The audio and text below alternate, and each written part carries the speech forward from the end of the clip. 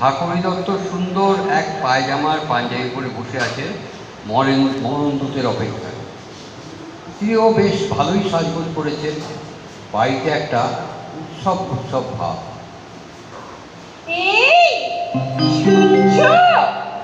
একটু কফি খাবে? বাবা কি সুন্দর বউ, নিজে থেকেই জিজ্ঞেস করছে।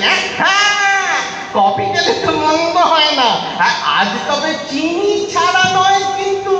ঠিক আছে, তাই হবে। শোনো না, কি গো বলছি, তুমি মারা যাওয়ার কদিন পরে আমি চাকরিটা পাবো গো। এই দেখো, সেটা আমি এক্ষুনি বলবো কি করে? না না, তুমি জানো কিন্তু বলছো না। এই রে অলিম্বে, এই সময় আবার কে এলো? আরে স্যার, আপনি স্বয়ং আমার বাড়িতে? আপনি আবার এত কষ্ট করে? আরে না না না মিস্টার দত্ত না, আরে এই আমার ডিউটি। শোনো, তুমি আর এখন কোনো কথা বলো না। এই যে স্যার, আমার মিসেস। ও মিসেস দত্ত, নমস্কার নমস্কার। তা বলছিলাম কি মিসেস দত্ত, সবাই তো মারা যাওয়ার পর দুঃখ প্রকাশ করে, তা আমরা যদি ওনার সামনেই করি? তা খারাপ হয় না, তাতেও কিছুটা শান্তি পাবে। তাহলে মিসেস দত্ত আমি শুরু করি।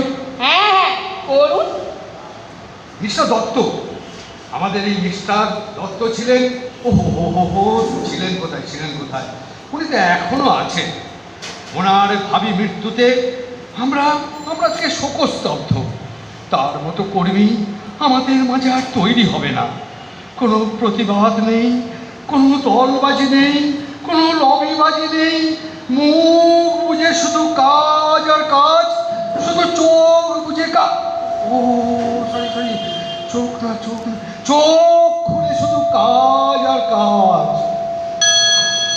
এক মিনিট, ওর ফোনে একটা ফোন এসেছে, আমি ধরি। হ্যালো, হ্যাঁ, এটা ঠাকুরী দত্তের বাড়ি। হ্যাঁ, ওনারই আজ মারা যাবার কথা ছিল। কি বলছে? ও, প্রতিবেশী দেশের সঙ্গে যুদ্ধ লাগতে পারে, তাই অতিরিক্ত বুলেট খরচ করা চলবে না। কি বলছে? পরে তা পরে সত্যি মরবে তো? কি না, ওর মরণ আপাতত ক্যান্সেল। একটা কাজ যদি কোনোদিন ঠিক করে করতে পারো। দেখছিলাম বোনটাকে চারিদিকে ঠকাবো ওনার জায়গায়। তবে যে বলল মারা গেলে বউ চাকরিটা পাবে। না মিসেস দত্ত, না উনি জানেন না, এই স্বেচ্ছা মৃত্যু গ্রাউন্ডে ফ্যামিলির কেউ চাকরি পায় না। তোমার বেঁচে থেকে কোনো লাভ নেই, আবার মরে গেলেও দেখছি কোনো লাভ হতো না। পুরো সময়টাই শুধু নষ্ট হলো। যাই একটু সাউথ সিটিতে টুকটাক শপিং করে মনটা ভালো করে আসে। আচ্ছা, আপনার সাথে কি গাড়ি আছে? হ্যাঁ মিসেস দত্ত, আছে নিশ্চয়ই আছে। আমার একটু ভবানীপুর ড্রপ করে দিতে পারবেন? তাহলে একটু বাপের বাড়ি ঘুরে আসতাম। ও শিওর মিসেস দত্ত, শিওর। এই যে শোনো, ক্যাবলার ভ্যাবলার মধ্যে বসে না থেকে ঠান্ডা কফিটা ঢক করে দিলে ফেলো। আমি চলুন।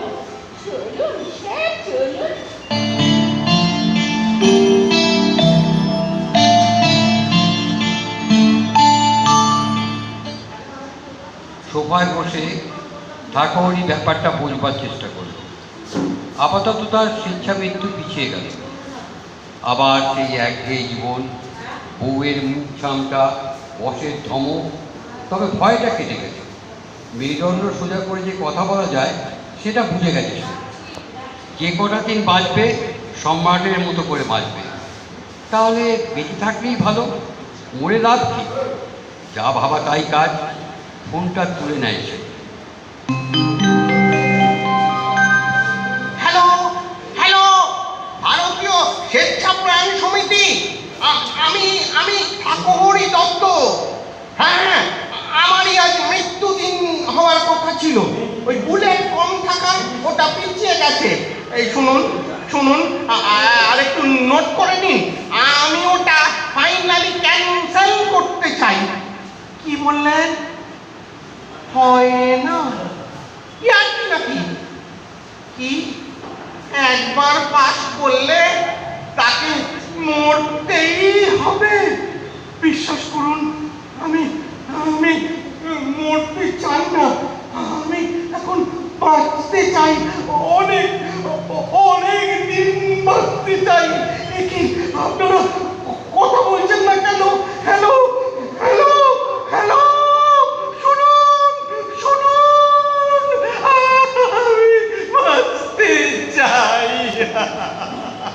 আমি বাঁচতে চাই, আমি বাঁচতে চাই। অবিরত কান্নার মধ্যে ঠাকুরি চিৎকার করতে থাকে বেঁচে থাকার আবেদন নিয়ে। ও প্রান্তে টেলিফোন ততক্ষণে নামিয়ে রেখেছে কেউ। বেঁচে থাকার আবেদনে সাড়া দেবার মতো কেউ নেই। আর এক রাত্রি নেমে আসে শহরের বুকে। ঠাকুরির কান্না চাপা পড়ে যায় সভ্যতার ইমারতে।